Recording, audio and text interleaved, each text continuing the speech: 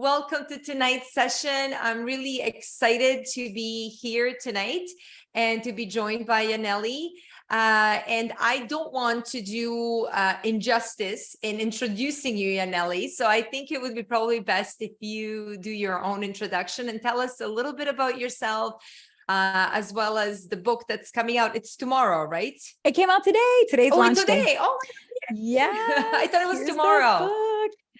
Oh man, it's been a long time coming. So I'll tell you a little bit about my story. But so I decided to write the book in 2019, and then of course with COVID happening in 2020, so much was uncertain. So we sort of just stopped working on the book for a little while just to see like what is going on, what is the world going to look like. It's kind of hard to write a book when you don't know what the future is even going to look like. So I paused for a little bit, and then I came back to it in 2021, finished it in 2022, and finally having it come out this year.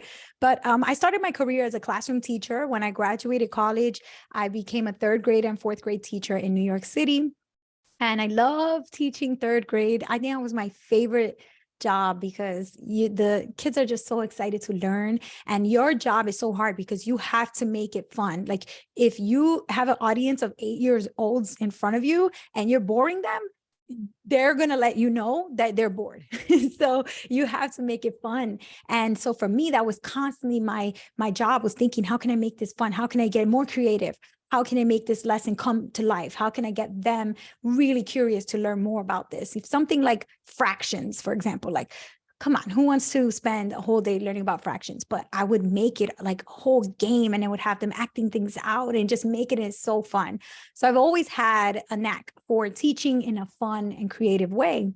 But I was dealing myself with a lot of credit card debt because I never learned about the basics of money management or how personal finance works. So when I was in college, I got on credit card, then I got 2 credit cards, and I got 3. And I just kept on buying things like my laptop and clothes and shoes. And then when you see how easy it is to use a credit card, it's so easy to get carried away. So I would put a trip to Cancun for spring break, and do all these things, putting it on the credit card. And finally, it came back to bite me because I had to really look at the interest on my credit card, and I see how much they're charging me in fees and taking away my hard-earned money instead of me growing it and saving it. So I decided to pay off all of the debt. I did that in 18 months. And then when I finished that, I started posting videos on YouTube and on Instagram and just to social media to let everybody know, hey, look, if I didn't learn this in school, chances are you probably didn't learn it either. And don't we all wish we learned about money earlier in our life? So let's just start talking about it. Let's, get the next generation to get excited about money, and let's not make it feel weird or strange or awkward to talk about money. Let's make it fun, and let's make it okay to explore money by asking questions about money. So I've been doing that work ever since 2015. And then in 2018, I joined NGPF, which is a nonprofit that actually works to put personal finance in the school system in the United States. So we have curriculum, and we also train teachers. The best part about it is that it's all free. So the students, the teachers, the parents, nobody has to pay for this awesome, high quality financial education. That is absolutely amazing. And I mean, you are doing such a great and important job. And I do want to put in the chat the name of the organization that you work for. What is it again? ngpf.org. Okay. And chat, yeah. Can they actually find some free information on that website? Yes, there are many games that you can actually play. I'm going to post the arcade because that's the most popular page on the whole website. You can scroll down and play any of the games. There's a game about being a social media influencer. There's a game about being in college for the first time called Payback. There's a game about investing. There's one about credit cards. There's Cat Insanity, teaches you about paying off your credit cards so they don't grow too much. So you can pick any game in the arcade and play. And I think they're all really, really fun. And then they also teach you important money lessons too. That's unbelievable. I mean, so that's such a great resource. Thank you so much for that. But tell us a little bit about the way you grew up, because, you grew up in, not a very rich household, right? Right. And you had That's to right. teach yourself. So tell us a little bit about that. And I think you talk about that in your book as well, right? Yes, I do. Actually, as soon as you open the book, the very first page is a story about my childhood, which is like a memory that I have when the first time that I started to really feel like being poor, being low income, and not having a lot of money. Like it was something that was learning I was supposed to be embarrassed about. So I was in my backyard and I was yelling at my sister as she was yelling at me and saying, "Where's mommy?" And I was telling her, "Mommy left to an appointment." And I couldn't remember if it was a doctor's appointment or like where she went. And then I was sweeping in the backyard, cleaning up, doing my chores. And it hit me like, oh, yeah, she was going to an appointment with a government assistance office, which in the United States is called welfare. So then I yelled out in the top of my lungs to my sister, "Mommy went to a welfare appointment." And my sister got so mad at me because she said, "Everybody in the whole street can hear you telling everyone in the whole community that mommy went to welfare appointment to get government benefits."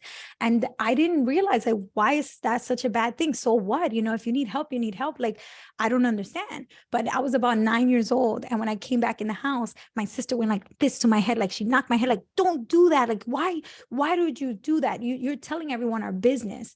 And I just thought it was weird because she was obviously mad at me. And so I kind of got a message that day that, shh, don't talk about money. Don't tell anybody about if you have money or you don't have money.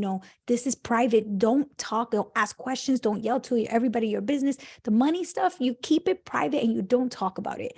And that's such a bad lesson because now my whole job is dedicated to the opposite of that, which is to tell everybody, talk about money, ask questions about money, because this is the only way that you're going to learn is by asking about money and talking about it more.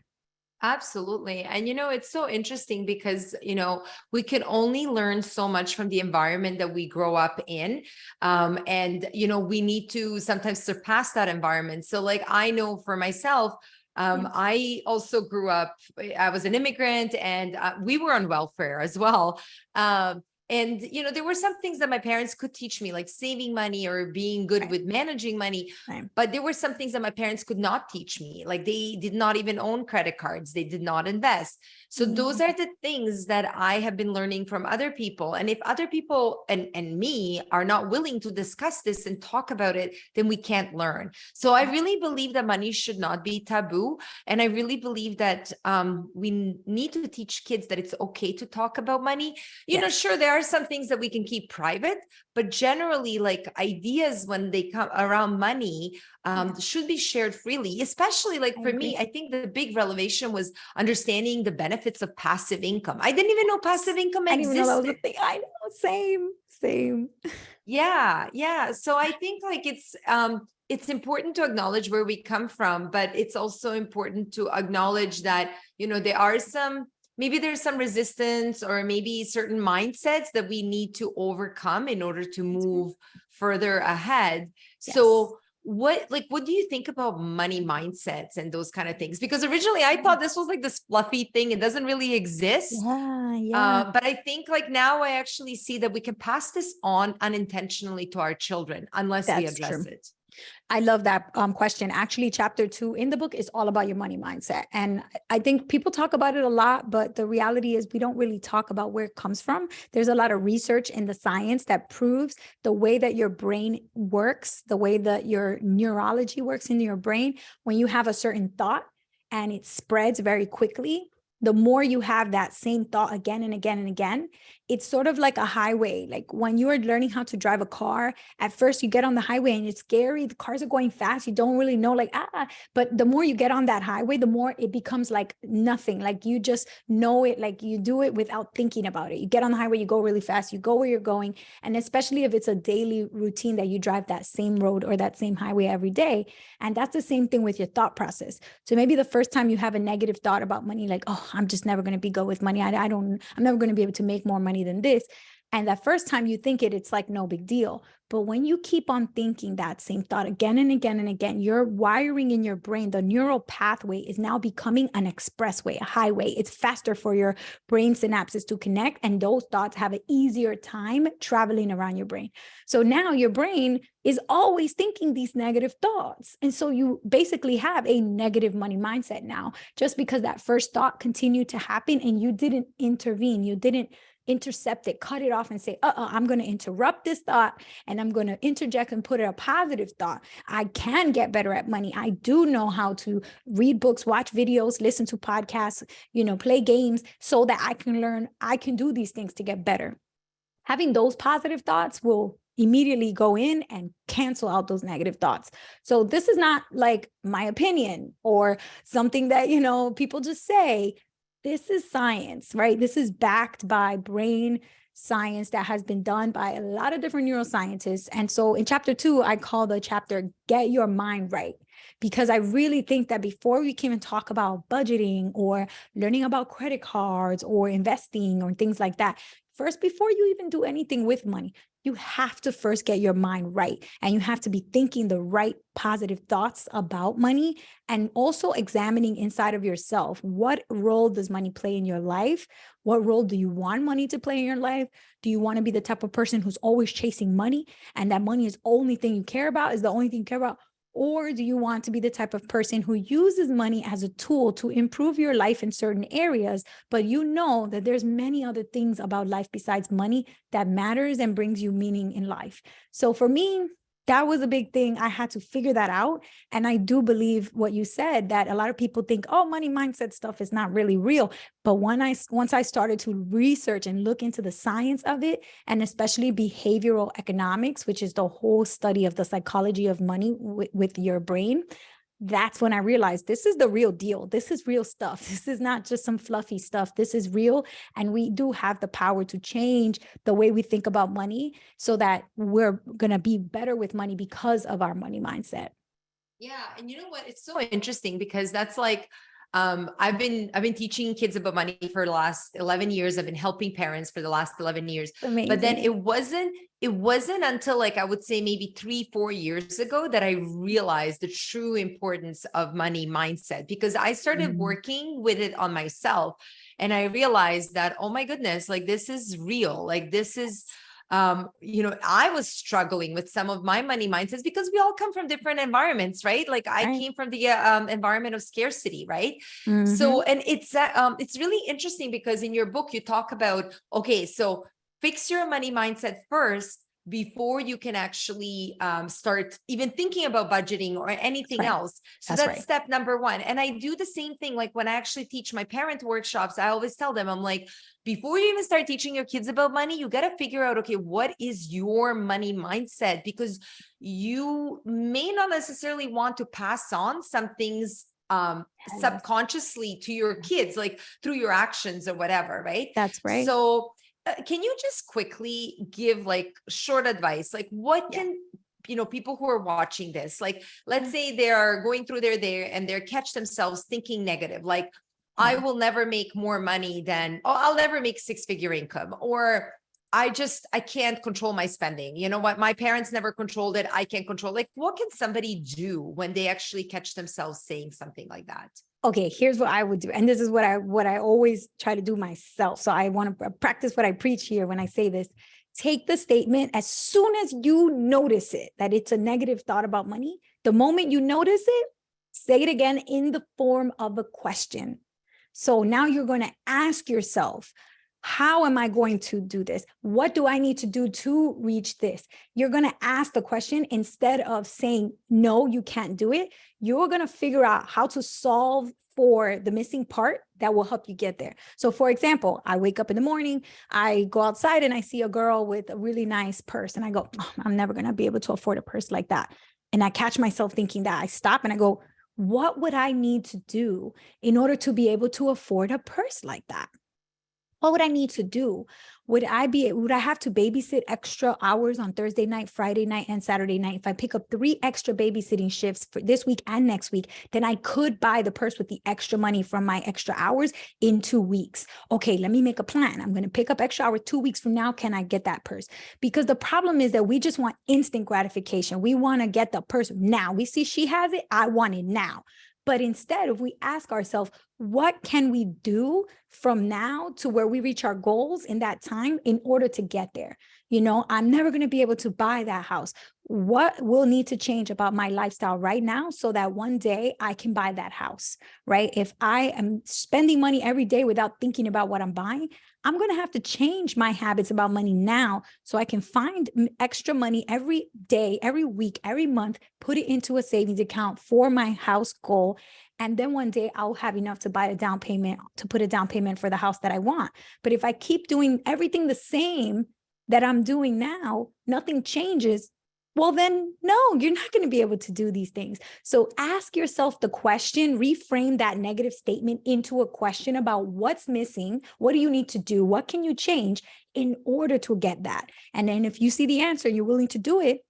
Nothing is impossible. Only your mindset has to shift so that you can put the work in to be able to achieve it if you want to achieve it. Because the truth is, you might not want it. You might say, what do I need to do to get that purse? Oh, I need to pick up 6 extra hours of work, this week and next week. And then you realize that's a lot of work just to have this silly purse, just to show off this purse.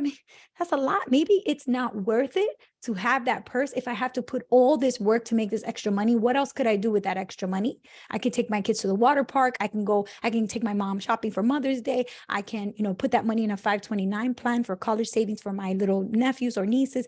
Other things I could do with that money. Maybe this purse is not such a big deal how I thought.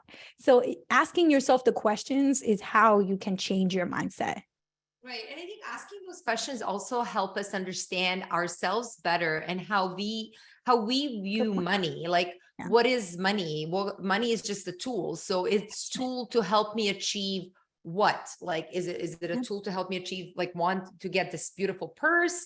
Or is it a tool to help me take my kids on a trip to create these memories? So I think, like, asking those questions is really important, and just being aware of, what shows up when we ask those questions. Now, okay, so tell me this, how did you teach yourself to become so good with money? Because you just talked about how you were not so good, you had a credit card debt. How did you get from there to where you are now? So I remember sitting down in my desk. I was in my apartment and I was in my 20s. I think it was my first or my second job after college. And I'm looking at my paycheck and I'm looking at all the bills and I'm like, this doesn't make sense. After I pay the rent that I have to pay for the groceries, pay for the credit cards, pay for my cell phone bill, pay for the gas bill, the electric bill, and the Wi-Fi and the cable, and I don't have any money left.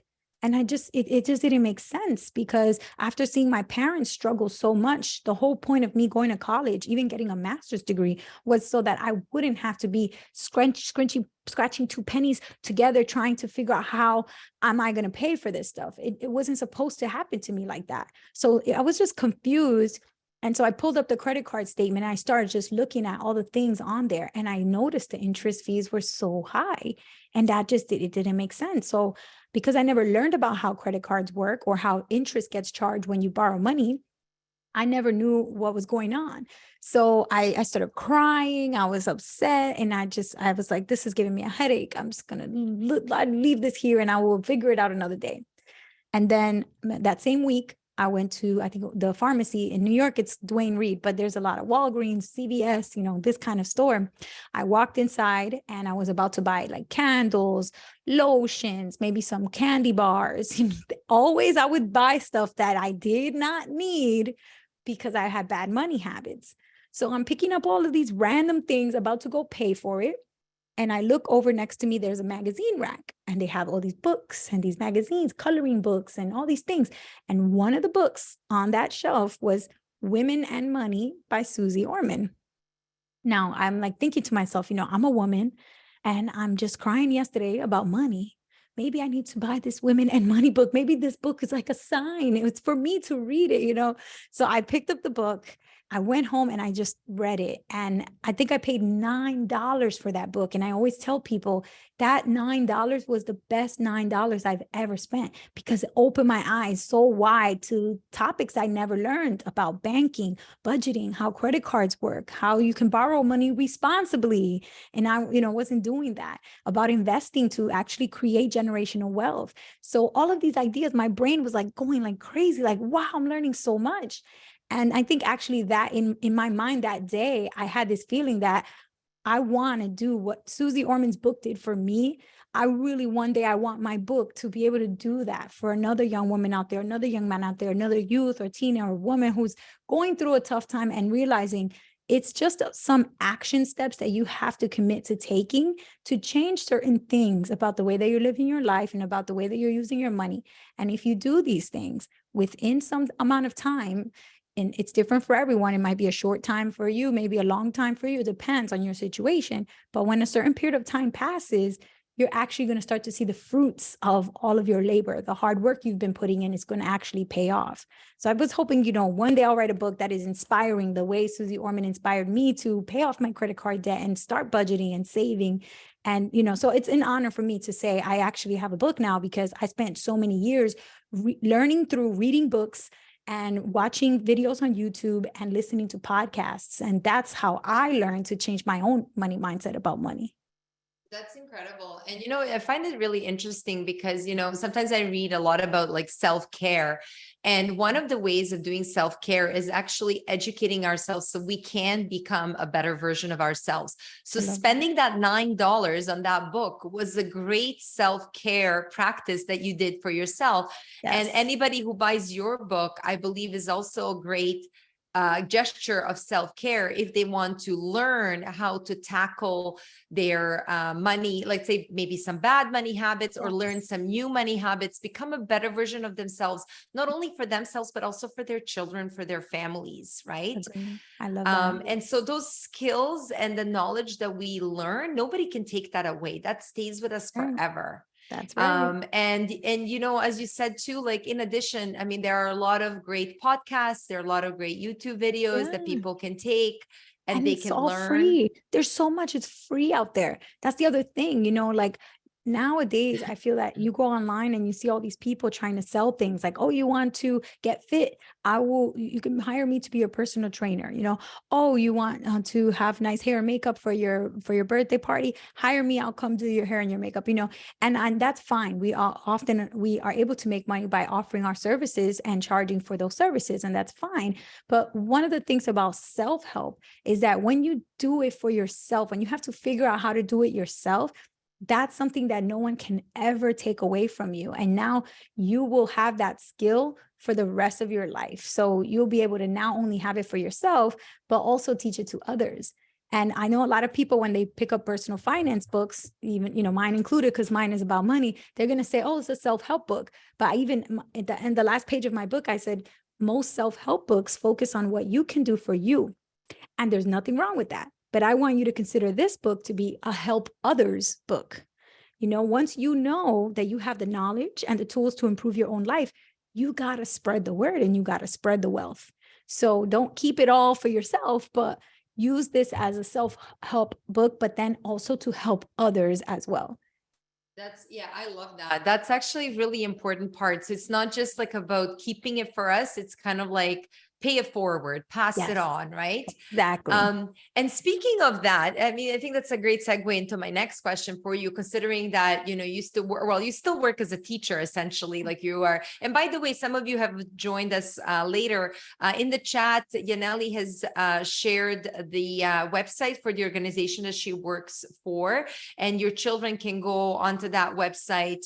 And there are a lot of free resources there that your children can use to learn about money. It's absolutely amazing. Lots of money games.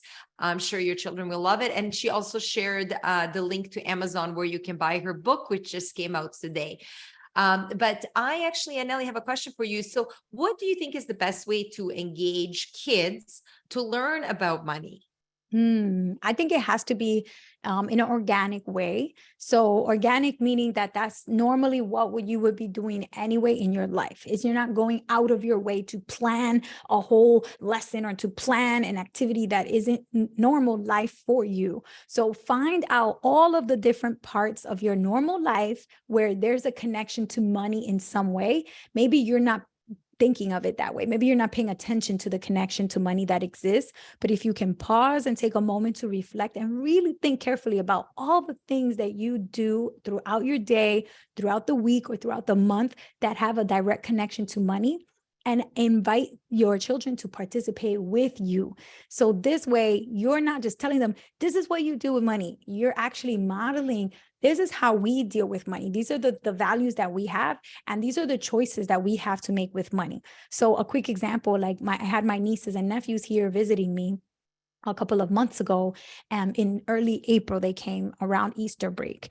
And I went downstairs to the supermarket with my two nephews, and I showed them, when I go shopping, usually I spend about $135, and these are the things that I usually buy. And I showed them, the vegetables, the fruit, a little bit of, eggs, the bread, these are things. And I said, now what I want you guys to do when we go down to the supermarket, you're going to have to use the calculator, and you're going to have to go through, as we add items to the cart, see, can you save me any money? Because I'm usually spending $130, $135. Can you save me some money? If you can save me, let's say $10, and we can buy everything that I normally buy for $125 instead of $135, then you get to keep the $10. So then all of a sudden they're like, oh, so now they have a challenge. Now they want to make a little money, so there's an incentive, but they're also shopping for groceries, and they're comparison shopping. They're paying attention to this one and that one and say, well, this is 1 pound of bread for $3.25, but this one is 1.5 pounds of bread for $3. So you not only do you pay a little bit less, but you also get more bread, and they're paying attention to the labels on the food items. How many adults don't even do that when they go shopping? So by giving them a challenge within something that normally I would be doing anyway, I would be going to the supermarket, I would be buying groceries, I would normally be spending this money. I'm not creating a separate thing for them to learn money. I'm just building it into my routine every day and letting them see how money touches your life every day. You don't have to force it. You just have to invite them in whenever you are making choices about money, whether that's planning a trip or planning for your groceries or taking a look at, how much you're going to spend on school supplies or back to school clothes. Like, invite them in. Don't just make the decisions for your children. Ask them what they think, and can they help you make a plan to cut back a little bit. And then I always like to say, give them a little bit of the extra money. If they can save you money, they should get to earn that money. Yeah, no, that's a great idea. Such a lovely challenge too, that keeps them busy. And I mean, I'm sure they're using some math skills too, to figure out, okay, what's a better deal? Yeah. I absolutely love that. And I mean, we do that with our kids too. And I usually invite parents in my workshops. Like, I tell them, sometimes we may be thinking like, oh, we're going through something, or something is happening in our life, and we're like, we don't even think about involving kids. And sometimes we think, oh, this is like too high level for them, but it's not. Like, one example that we literally just went through yesterday was we changed our cell phone plans. So, and when we do that, it's, I typically, when the kids were younger, I would be purposefully on the phone with the cell phone companies, as like in front of my kids, and as I'm making, like, negotiating with them, whatever, just so it kind of like they're there listening to the conversation. Right. And now that they're older, we actually discuss the cell phone plans that we have and what we're doing and why this is better. And a lot of times, I think we're just inclined to be like, oh, I don't want to bother them with this, but this is life. And if we don't expose them to it, chances are, like, eventually they're going to get exposed, but they will be on their own, and they'll have to make smart decisions without ever really encountering this, right? Yes, 100%. And there's actually a study that was conducted with college students that they did. They looked at all of the college students, and they reported data about the parents while they were growing up in their childhood. Did they teach them money lessons in a positive way? Did they teach them money lessons in a negative way, like teaching them that it's okay to just use the credit card if you don't have the money and don't worry about it, teaching them lessons that might actually hurt them financially? Or did they not mention money at all? They just didn't, not good, not bad, nothing. They just didn't talk about money, and they let their children never understand the choices the parents were making with money. They weren't involved. A lot of people think that those students that ended up with the worst financial situation in college, like using credit cards negatively, spending too much, taking on too much debt, were the students who were taught the negative money lessons. But that's not true. Even the students who were taught negative money lessons were better off financially. The worst students in the group, in the study, were the students who never discussed money at all. The parents were just quiet about money. They didn't teach them any lessons at all. They never discussed money with their children. So when you're a parent, or if you're a kid now and you're thinking about your relationship with money and talking to your parents about money, this is important. You can tell your parents, or you tell your children, we have to talk about money, because when we don't talk about it at all, the studies show that that's the worst possible outcome. That's when college students end up taking the worst debt, using credit cards poorly, owing more money than they can afford to pay back, because they never talked about money at all. Yeah. So it's better to talk about it in any way rather than not Yes. talk about it at all. Exactly. Absolutely. Yeah. So I have a tough question for you. At least I think it's a tough question, but what would you say is the most important financial literacy skill? Ooh, That's a tough one. I mean, tough. I think it's going to be changing your behavior with money, which is honestly, it's related to your mindset first, because your mindset, it's very difficult to change your mind. It's not impossible to change your mind, but after a certain point, once your brain is so used to thinking certain thoughts and doing things a certain way, it's very difficult for you to change it. And so I would say the hardest part is if you catch yourself with bad financial habits, overspending, or not tracking your spending, or, borrowing money without even paying attention to when you owe it back or how much you owe or anything like that. If you're constantly doing things like that, it's very hard to change that behavior, because your brain is so ingrained to doing it that way. It's like waking up in the morning every day and brushing your teeth, and then someone tells you, well, now when you wake up in the morning, you don't brush your teeth first. You actually don't do that first. You have to change your whole routine. And then before you leave for school, when you have your uniform on and everything, that's when you brush your teeth before you walk out the door.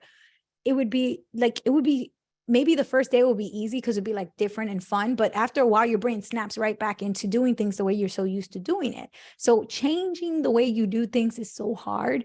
I think that's why so many people, they don't want to deal with it, because they know that if they get serious about money, it means they're going to have to commit to changing something about the way they use money. And it's easy to just not change, to just ignore the problem and just keep on living. Oh, well, it's fine.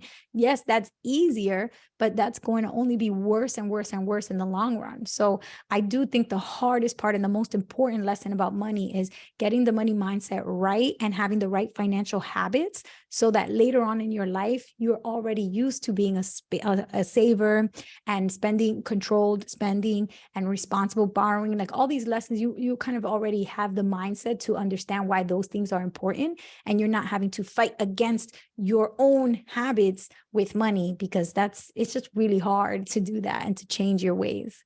Yeah. And they say that 95% of what we do on autopilot. We do it because of our Right. habits. So we don't even think about it. And so I think that's why it's so important to, especially like for young children, to teach them the right way right at the beginning. So like I usually go, and talk about saving money, for example. It's much easier to start teaching a young child that as soon as they get some money, whether it's allowance or if it's like monetary gifts, save a portion first, and then you can think about like maybe spending or donating rest or whatever. But paying yourself first by saving is like a step that hopefully we can ingrain in kids. So when they become adults, they can just do it on autopilot, right? Exactly. But I find like a lot of people, they want to skip all that. They want to go straight to budgeting or investing. And I think investing is cool. It's interesting. Probably more interesting than budgeting. A lot of times people say budgeting is boring, but I feel like there's certain steps. And we can't skip them. That's right.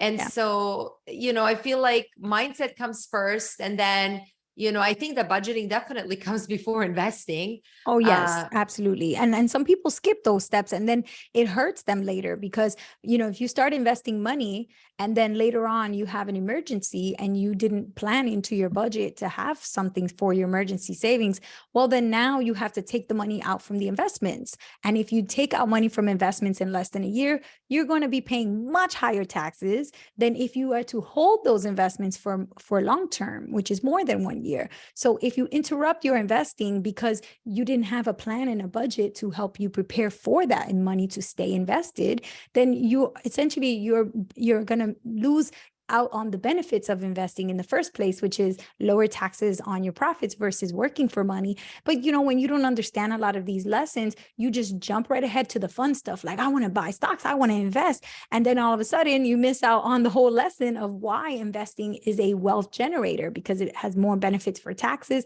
and higher gains that beat inflation. So you have to, when you start learning all of these lessons, you have to learn them in order. Like you said, it's kind of like trying to, have a baby. They're just born, they're learning how to crawl. All of a sudden you're like, okay, start walking. They have to first crawl for some time. They have to first stand up and get comfortable standing without your help. Then maybe they take the first step and they still fall until they practice enough till they walk. So you can't just jump to the fun stuff and to the taxes and to the investment strategies. You have to start with your basics, your mindset first, then budgeting, understanding savings, difference between the bank accounts that exist. Then maybe you understand your credit situation so that you're not borrowing too much that you can't handle. And these little things, little by little, you build upon them until you get to the point where you're actually building wealth for the long term. Right. And I love how you talked about, investing, and you said, yeah, it's a cool way and to I guess build your money, to build your wealth. Yes. Are you a supporter of investing for our kids? Oh, yes. I actually don't have children myself. I'm not a mom, but I do have 10 nieces and nephews. So I'm the world's best auntie. I don't care what any other aunties say out there. I'm the best one. And I always teach my nieces and nephews about their investments. So on Christmas, on their birthdays, anytime they have a special achievement, accomplishments, I always show them that I'm going to put money into their 529 plans. And I tell my niece, once my youngest niece, when she was wanting to get her first job, I was telling her, you have to think about this, because when you start working, you have the opportunity to take a little piece of every paycheck and invest it in a Roth IRA. But because you're not 18 years old yet, you would have to have a custodian. So after I talked to her about this, she called me and said, okay, Tia, I want you to be my custodian and I want to take a piece of every paycheck and invest it. And that's what we did. She was in high school when she was working. Every single paycheck, she would put it into her Roth IRA and I was the custodian. Now, I don't have access to this money because I'm just the custodian who helped her open it, but this is her account. So this is why it's so important for children to invest and for parents to begin investing for children, because it's not our money as adults. This is the next generation. This is their chance to actually have their investments grow and be involved in learning about that process. So I gave her homework. I told her, okay, this is the difference between index funds and ETFs. And now your homework assignment is to go and research which low cost index fund or ETF do you want to buy. And tomorrow when you come back with your homework done, we'll buy that inside of your Roth IRA account. So I want to involve her. I don't want to just do it for her. And a lot of parents do this. They say, oh, I want to invest for my child. I'm just going to set it up and do it myself. And then, they'll have it when they need it. And yes, you're doing a good thing for them. But if you do too much for them and not enough with them, then they're going to repeat negative mistakes because you just did it for them. You never had them be involved in the solution. You just solved the problem for them. So you have to involve them, even if showing them the screen, asking them to do research and homework with you. And these types of things are the lessons that are going to stick with them for the long run. You are an amazing aunt, really. Yes, you really are. you, And your nieces and nephews are lucky to have you. And I just love how you involve them, and I really find that's the key. It's like making it fun, making them do the work. And, I just think that is the best way for them to learn. So that's, thank you And for they'll learn through sharing that. mistakes. I don't think it's a bad thing for them to make mistakes too, because a lot of people say, oh, but they don't know what they're doing. They're going to make mistakes. Okay. My niece and my little brother, when they were both doing their custodial investment accounts, I told them to research index funds and ETFs that they liked. My little brother right away, because he's a gamer, he loves to go on Twitch and do live Twitch and watch gaming. So he went right away to the gaming and esports ETF. And he did his homework, he picked that one. He came back to me the next day. He said, I know the ETF that I want. And he was very confident. I said, okay, so which one is it? He said, this is the ticker symbol. And this is what it is. It's for gaming and esports and this. And I said, oh, that's great. And what is the expense ratio? And then he said, huh, what? And I said, remember yesterday when I was telling you guys about when you have to look for low cost index and ETF?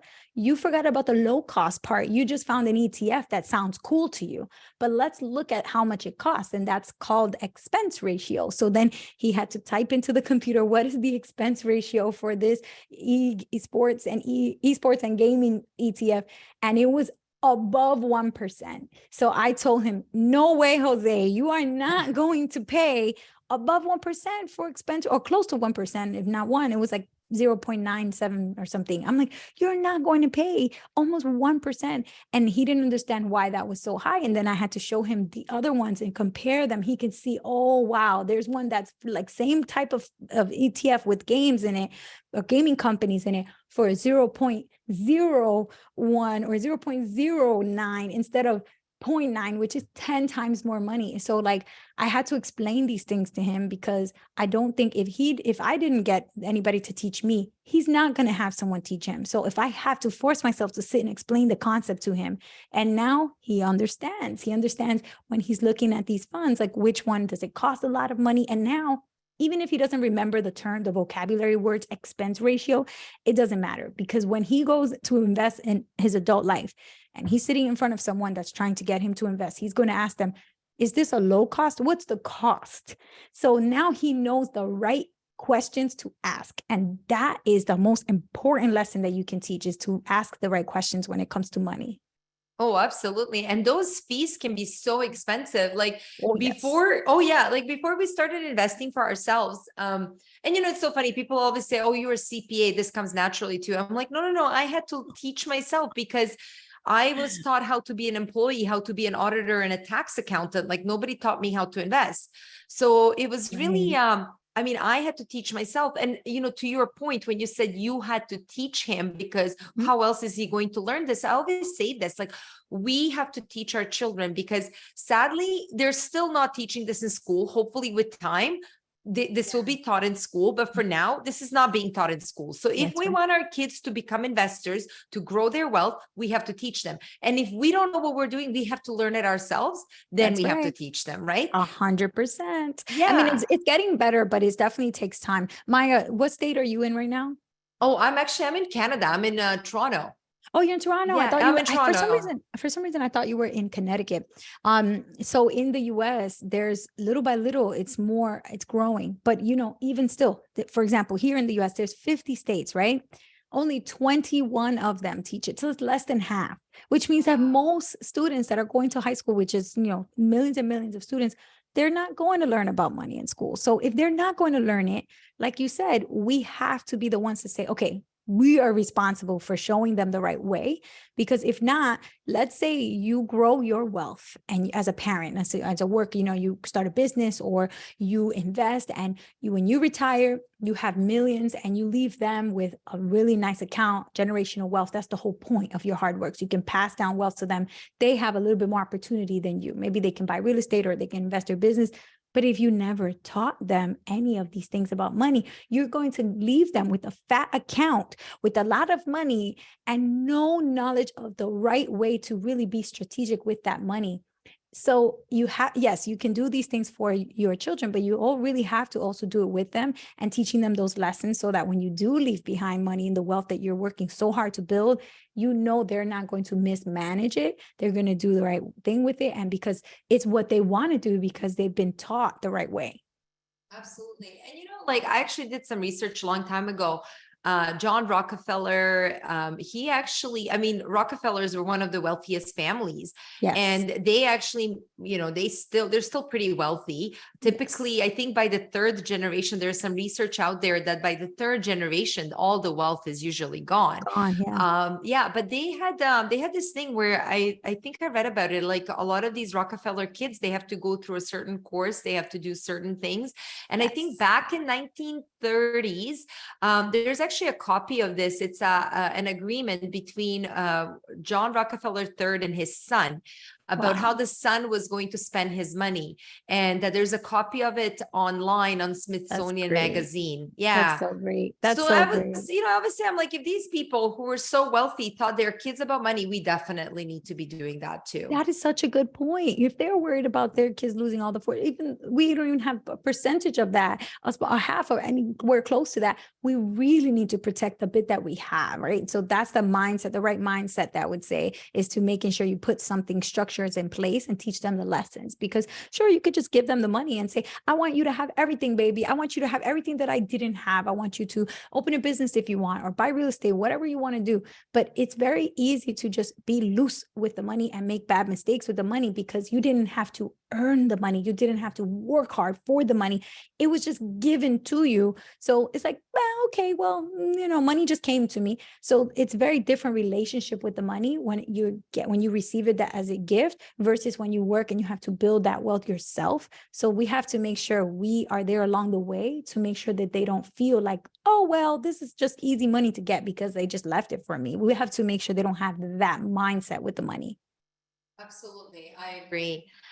So we don't have that much time left, but before we go into Q&A, I just quickly would like to ask you to share one important financial lesson. Let's say, like maybe, if you could pick one message or one lesson from your book, what would that be? Oh, okay. I think if I had to pick one, okay. I think no matter what, you have to decide how it is that you're going to build your wealth, right? At the end, you have to make a choice, right? You can either start your business and hopefully have a really great product or great service and your business generates a lot of revenue, or you don't want to do a business. That's not your thing. And so you just work, but you invest, right? You invest money while you work. So you take your earned income that you make and you put it into investments. Maybe that's the stock market or maybe that's real estate. But no matter what, you either stock market, real estate, or a business, or all three, but you can't have none of those things. You can't just work and just take the money that you make and then just spend it all and that's it. So for me, the greatest lesson in the book is really the idea that no matter what path you choose, if you want to work a 9 to 5, if you want to be an entrepreneur, if you want to invest in the stock market or in real estate, whatever choice you make, that you have to be thinking about long-term wealth building, because most people, they just think about today, next week. Oh yeah, my birthday party's next week. Oh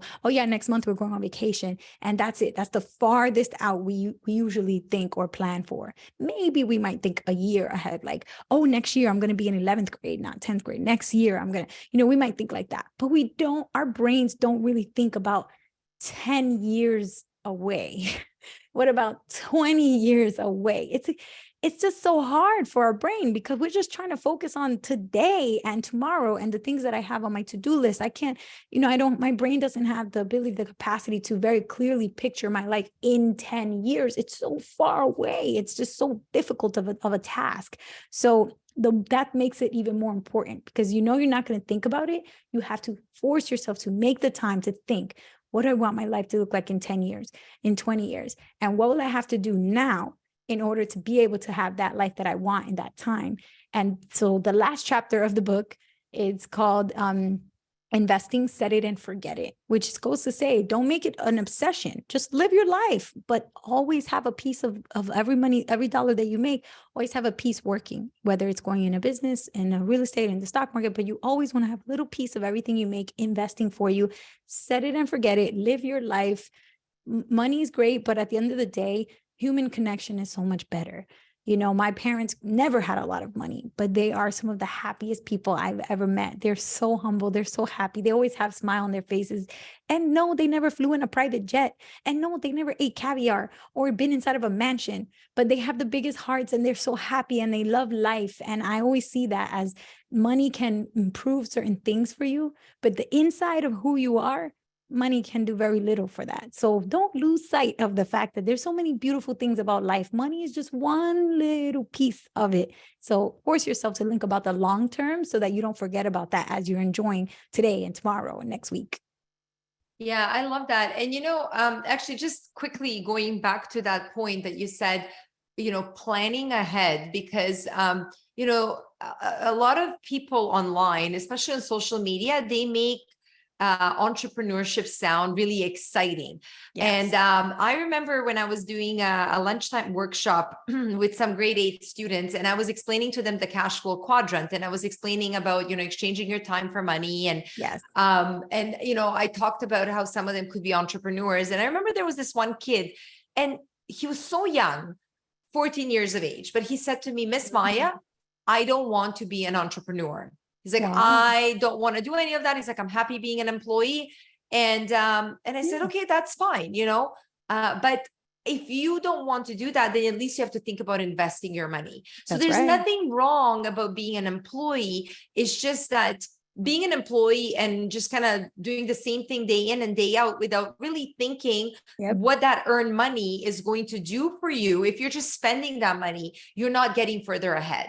So we need to take some of that money and, as you said, like invest it either in stock market or real estate, or maybe even some private business opportunities if we know what we're getting ourselves into. But that Yep. money, we have to put it to work. That's right. So I just kind of wanted to reiterate that because I really like that point that you made. I love that. That's a great point. And I love that you were also using those same ideas, because that's the key. We can't shame anyone for the choice they want to make. We just have to make sure that they're also taking care of their future self as much as their present self. Right. And so before we go into Q&A, and I know there are some questions in the chat, do you quickly just want to bring up your book onto the screen? Oh, sure. And just tell us where we can find it? Yes, of course. So I put the link in the chat. Here it is. You can buy it on Amazon. You can buy it in Barnes & Noble. You can buy it thrift books. You can buy it anywhere you get books.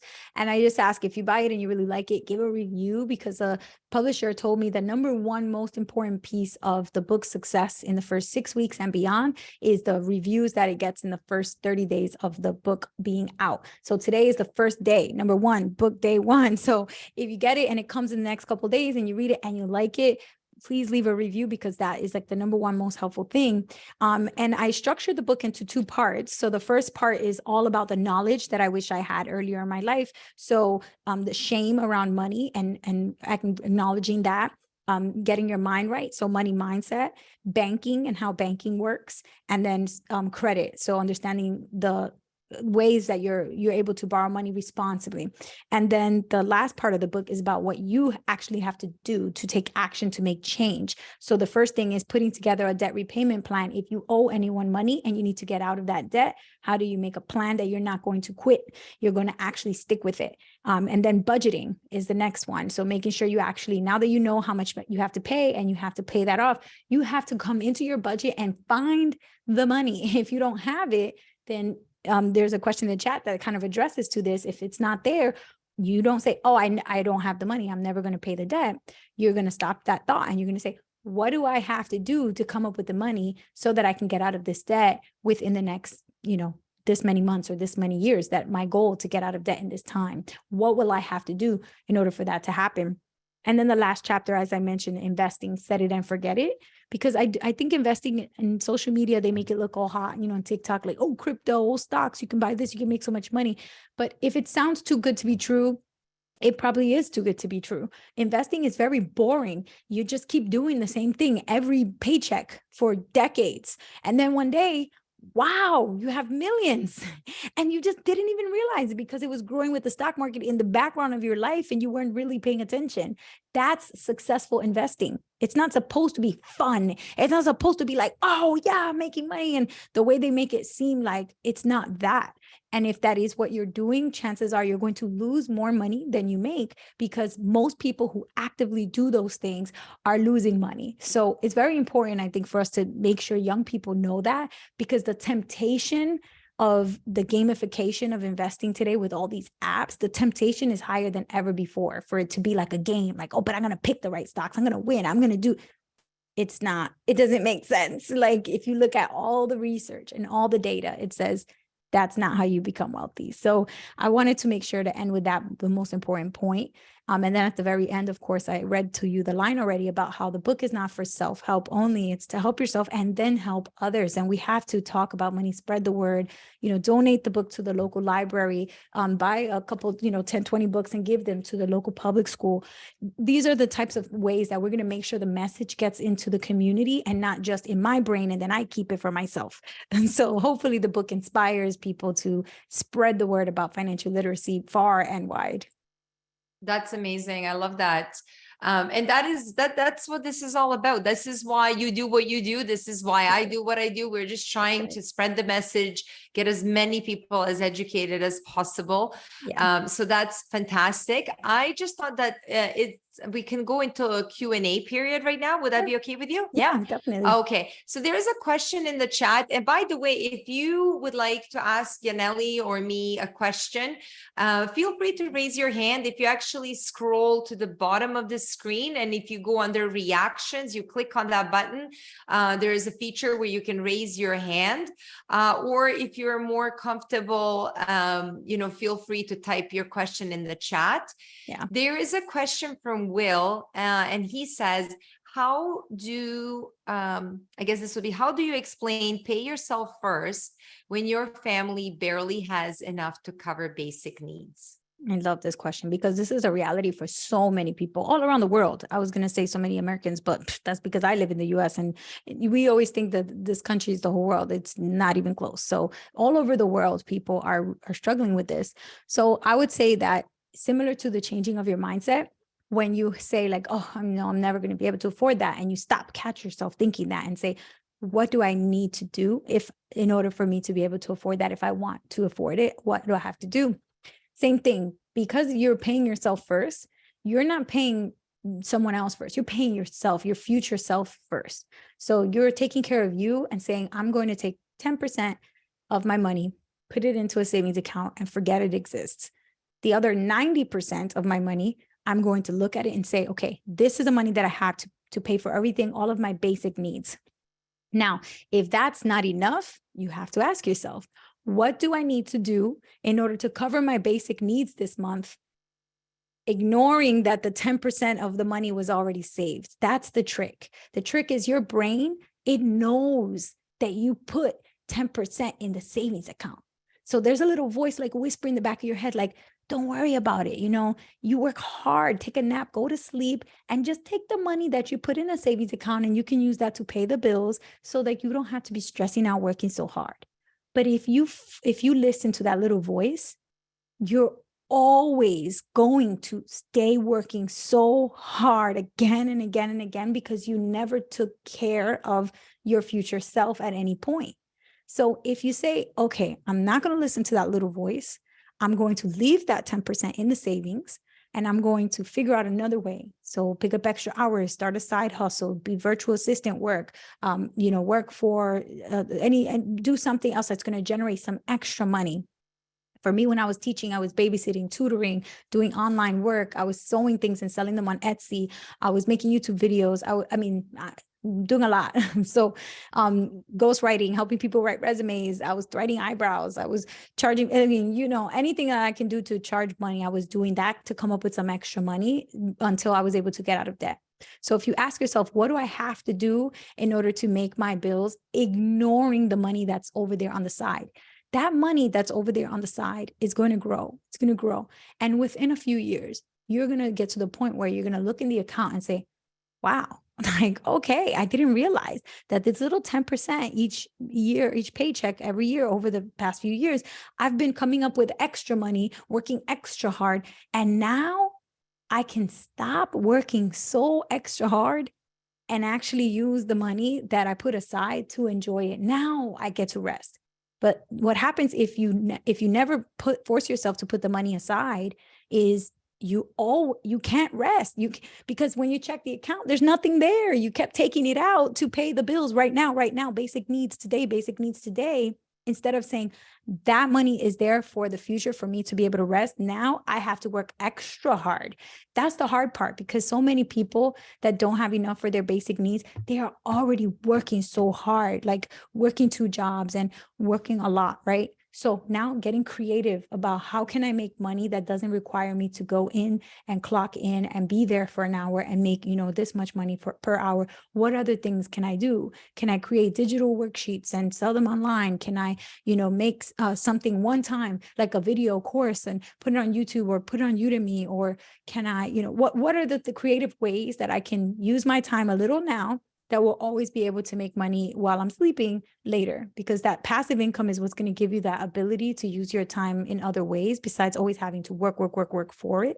So I would say, yeah, this is going to be very hard. It is not going to be easy. Anybody that tells you it's easy, all you have to do is just change your mindset, just think about positivity and abundance and money will come to you and manifest it. And no, I'm not going to tell you that, because that's all soft, fluffy lies. It's going to be hard. You're going to have to work extra now in order to put 10% at least aside. But eventually, doing that, paying yourself first for a while, a few years, is eventually going to take care of you back in return. But you first have to take care of your future self, and then your future self can take care of you. The worst thing is you don't do anything. You just keep paying your bills as you go, and then you never get a chance to rest. Yeah, I love what you said. When Will asked that question, I think like I had this kind of like a pain in my gut. I'm like, oh, I don't know if I want to answer that. But well, it's hard. It's a hard one to answer. It's a very hard one. And Will, I'll tell you this, because I think, well, both Yanely and I think we come from similar backgrounds, welfare. And my mom used to go to food bank, and I know, and as Yanely said, people that don't have the money, they're working the hardest. Yeah. The thing is, which you may not want to hear, is like, you got to work even harder. But with that being said, going back to what Yanely just mentioned, it's not all about working even harder, it's working smarter. So as Yanely said, like figuring out, like, can you come up with a passive source of income? Perhaps you have a skill or something that that people would pay you for. So for example, like, I have a course where I teach parents how to teach kids about money. And I have that course on my website. Now, that is there. And I've done the work once to create the course, and that course just keeps paying me over time. So it's helpful that way. So, how can you leverage your time so that you're not spreading yourself thin? Because that's not the point either. Like, you don't want to kill yourself, just to have a little bit more money, but it's like being smart about it. Like, how do I work smart rather than hard? But really, I think it's so important to do that work now, because as Yanely said, like later on, you're going to be able to relax. So like, I know, in social media, I follow a lot of people on Instagram. And a lot of them are younger than me. I'm actually, a lot older than them. And, I'm in my mid 40s, and there's these like 20-year-olds and 30-year-olds, and everybody's like crushing it and like saving and doing all these things. And I said to my husband, I kind of feel a little bit guilty because like, we are going on trips and we're like, I'm spending a lot more than these people. But he reminded me, he's like, Maya, you did that too. When you were in your 20s, when you were, like in my very early 30s, before, we paid off our debt, before we paid off our mortgage, I did all that. I worked like crazy. I did not spend as much. And so now, and now this is the mindset part, right? Because I had this different mindset. Now my mindset has to shift, and I have to be okay with treating myself, and maybe spending money, which I'm still not okay with. So like, I'm kind of working on that. But that's a good point. You're not always going to be stuck where you are now if you make the right choices. So, that's right. And they're tough choices. Like you said, it's hard, because how dare you tell someone who's working so hard, oh, well, you have to work even harder. But, it's the truth. I mean, I recently met someone who is a multimillionaire, and you would never guess it. When he walks in, he looks like a typical construction worker, but dirty boots and old jeans and a big sweatshirt, like hoodie, t-shirt zipped up. And, he comes in like, hey, how's everyone doing and everything. And I talked to him, and he's like, yeah, I have multiple rental properties and real estate building. I have buildings with 18 units and all of my tenants pay me rent. I'm like, what? And, I would never guess it. Well, because he's not a big flashy spender type of person. We need to change the mindset we have about what does it look like to be rich, to be a millionaire. It looks how you want it to look. It doesn't look the way that, the celebrities and social media makes you think that that's what it is. They just want to glamorize it because they know that that's what makes us click, but that's not real life. Most real life millionaires, and I've only met a few because I don't come from a wealthy, rich place, but the few that I've met, I would never have guessed that they were that rich until they told me and they explained how they got it. And I'm like, wow, that makes so much sense. Yeah, and there's a book that actually really changed my outlook on millionaires. It's called The The Millionaire Next Millionaire Next Door. Door. I love that book. It's a great book. Anybody who's watching this, feel free to grab it. And it really talks about what just Yanely mentioned. Yes. Yes. Millionaires are not exactly people who we think they are. Exactly. There's a quick question in the chat, and I guess this one is more for me, Yanely, because I don't think you. I'm like, guess you guys don't have a custodial Roth IRA, do you? No, we don't. You know what? I actually wish we did. I find that in America, because I educated myself quite a bit about American accounts because a lot of my audience is American. Yeah. I wish we had the accounts that are available to Americans. But in Canada, for teenagers, the question is, how do you recommend teenagers living in Canada to start investing, and what kind of account should they open? Are there specific apps that you recommend? So for children under age of 18, they really have two options. One of them is to invest in RESP, which is equivalent to 529 plan. So that's the educational account. And you would only invest there if your child is planning to go to university or college. But if you want to invest for other purposes, then you can open up something called an in-trust account, which is essentially a custodial account. So you are the owner of the account, but the account is for the child. The child is the beneficiary, and then the child takes ownership of that account at age 18. One other thing that you can do is, if for sure, but this is like only for sure, that you're not going to use your TFSA account because you have other plans with your money. Perhaps you're investing in real estate, or maybe you're paying off your debt or whatever. Maybe you can allocate a small portion of your TFSA account to your child, and when they turn 18, you can actually transfer that to them. I actually have a good blog. I'm going to put a link in the chat to the blog where all of this is explained in more detail. And in terms of the apps, I don't really use apps. I mean, I use certain brokerages. I use TD Waterhouse and Wealthsimple. They're not the greatest. So you may want to maybe look into different brokerages. I'm currently exploring some other options as well. There's a question here. Could you complement for kinds in Latin America? Oh, we're in Mexico. For kids accounts. For kids account, the kinds of accounts that they would open in Latin America. Well, I would say there are so many really good personal finance creators that create content that are based in Mexico.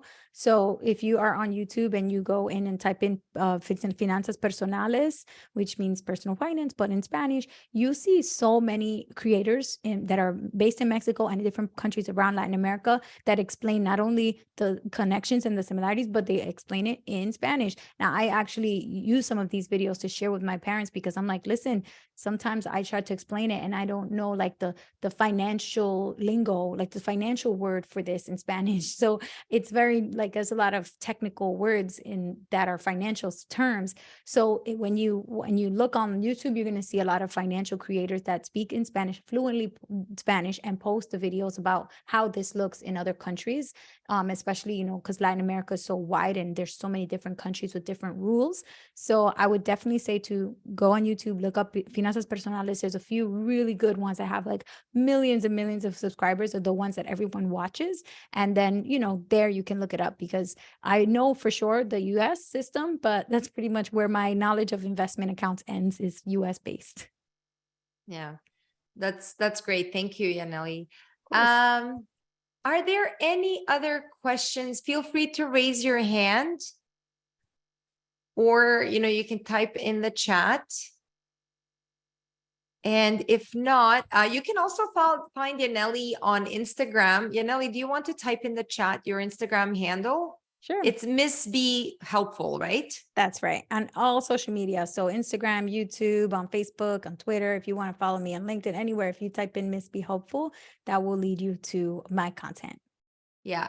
And I'm going to make sure that this, I mean, I'm recording this video, and, you know, if you want to share it with someone, I will be sending an email to everybody who has registered. We actually only had a small portion of, I guess, oops. Sorry, I wanted to share the video to Oh, the Spanish YouTube video. Sorry. oh, okay. Do you want to do that now? Yes, I'm going to put the link in the chat. I just pulled it up really Oh. quickly. Eduardo Rosas is the one that I was referring to, and he is based in Mexico. Oh, okay, perfect. Okay, good. That's a great resource. So yes, I will be, this is recorded. I will be sharing the link to everyone. You can watch this again. You can share it with other people. And Yanely, thank you so much for joining us tonight and sharing your wisdom with us and sharing your life's work and, you know, in your book. I'm so excited about it for you because this is such a huge accomplishment, and congratulations on that. Thank you so much, Maya, and for having me on, for sharing me with your community. Thank you to everybody who joined tonight. And Maya, I would love to get the recording of this too, because this would be great to share with others. I think we need more webinars and more conversations like this, because the more we offer to people, the more we tackle that taboo that we were talking about, that we need to end it. So thank you. This was a great conversation. Oh, absolutely. Yes, I'll definitely be sharing that with you as well. So that's it, everybody. Thank you for joining us tonight, and we'll see you soon. Bye for now.